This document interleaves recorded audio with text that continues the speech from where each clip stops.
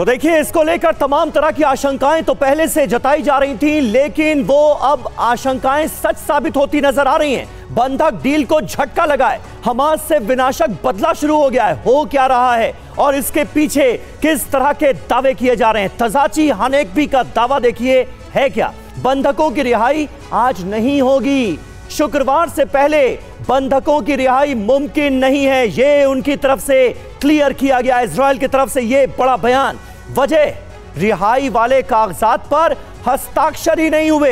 Hamas और Israel दोनों पक्षों की तरफ से जो साइन होने थे कागजात पर, वो हुए ही नहीं। दोनों तरफ से हस्ताक्षर के बाद ही बंधकों की रिहाई संभव है, ये बता दिया गया है। अब देखिए, बड़े सवाल क्या है? क्या इजराइल को हमास के धोखे की आशंका है? भरोसा नहीं हो पा रहा? क्या बंधक डील से नाराजगी भी वजह है? और क्या आईडीएफ और वॉर कैबिनेट में मतभेद से यह रिहाई टल गई है? क्योंकि ऐसी भी खबरें सामने आई थी कि इजरायली डिफेंस फोर्स और वॉर कैबिनेट में जो फैसले हो रहे हैं उनमें से कई ऐसे हैं जिनमें आपस में तालमेल नहीं है। क्या मोसाद की किसी सलाह के बाद रणनीति में बदलाव किया गया है? मोसाद को कुछ ऐसे इनपुट तो नहीं मिल गए थे? यह अपने आप में बड़ा सवाल है। तो तजाची इस ओर कर रहे हैं इशारा, लेकिन ये तजाची हानेकबी जिनका ये बयान हमने आपको दिखाया, ये हैं कौन, कितने ताकतवर हैं, ये भी तो जान लीजिए। नेतन्याहू के ये बेहद करीबी माने जाते हैं।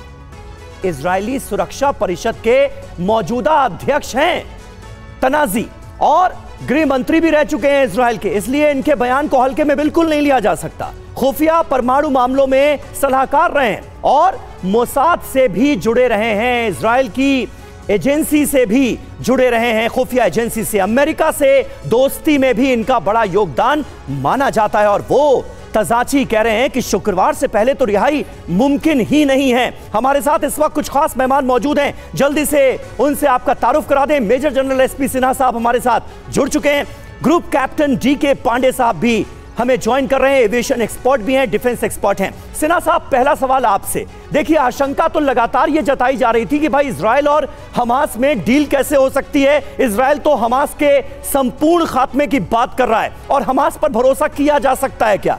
क्या ये भी हो सकता है? अभी तो ये कहा जा रहा है कि भाई शुक्रवार तक, लेकिन ये डील क्या अनिश्चित काल के लिए भी खटाई में पड़ सकती है? ये भी मुमकिन है क्या? मेरी मिलिट्री सेंस कहती है कि शुक्रवार को ये पॉसिबल नहीं है।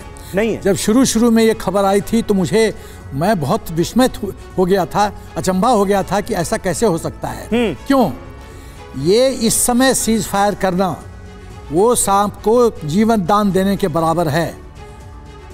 तो दो ही चीज है, क्या ये मिलिट्री दृष्टिकोण से सही डिसीजन है या ये पॉलिटिकल डिसीजन पूर्ण रूप से था? तो जैसा अभी थोड़ी देर पहले आपने कहा कि आईडीएफ में और वॉर कैबिनेट में डिफरेंस ऑफ ओपिनियन है, मतभेद है जी, वो तो होना ही था। सुबह हमको शुरू से आभास लग रहा था कि कहीं ना कहीं दाल में काला है। ये पॉलिटिकल डिसीजन है, पॉलिटिकल कंपल्शन है। ये पीओडब्ल्यूज को जल्दी निकालने के लिए विद इन इजराइल प्रेशर दबाव बनाया जा रहा है नेतन्याहू पे, और उस दबाव में वो पिघल रहे हैं। मिलिट्री डिसीजन नहीं हो सकता है। नहीं सर, लेकिन यहाँ पर बंधकों की रिहाई का भी तो मामला है। पॉलिटिकल प्रेशर को आप कैसे बिल्कुल नजरअंदाज कर देंगे? समीर, कोई आर्मी रूल थोड़ी है इजराइल। नहीं समीर, मेरी बात नहीं समझिए जी। मैं विश्लेषण कर रहा हूँ, मैं क्या राइट है कोई रॉन्ग है वो नहीं बता रहा हूँ। हाँ। ये तो सही है कि ह्यूमन राइट्स इश्यू है, लोगों की जान बहुत महत्वपूर्ण है, ये कोई डिनाई नहीं करता है। लेकिन जब इस समय जब पूरा पलड़ा इजराइल के पक्ष में जा रहा है, इस तरह से पॉज देना वो बहुत खतरनाक साबित होगा। तो आप यदि बचाने के चक्कर में एक बहुत बड़ी कीमत इजराइल को चुकानी पड़ेगी। इस पर ठीक है सिन्हा सर, तो ये पहले भी आशंका जताई जा रही थी कि आखिर इस डील को अंजाम तक पहुंचाना, युद्ध विराम करना, कहीं ऐसा तो नहीं कि हमास खुद को रिग्रुप कर लेगा, स्ट्रेंथन कर देगा। अभी फिलहाल अभी सब कुछ खटाई में पड़ता हुआ नजर आ रहा है। एक और बड़ी खबर वेस्ट बैंक से। वेस्ट बैंक के तुबास में भीषण तबाही, इजरायली हमले के बाद बर्बादी नजर आ रही है। बमबारी के बाद कई जगह आगजनी की तस्वीरें भी सामने आई।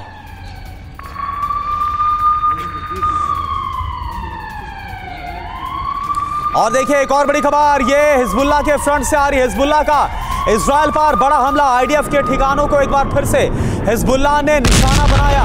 हिजबुल्लाह के हमले का वीडियो जारी किया गया।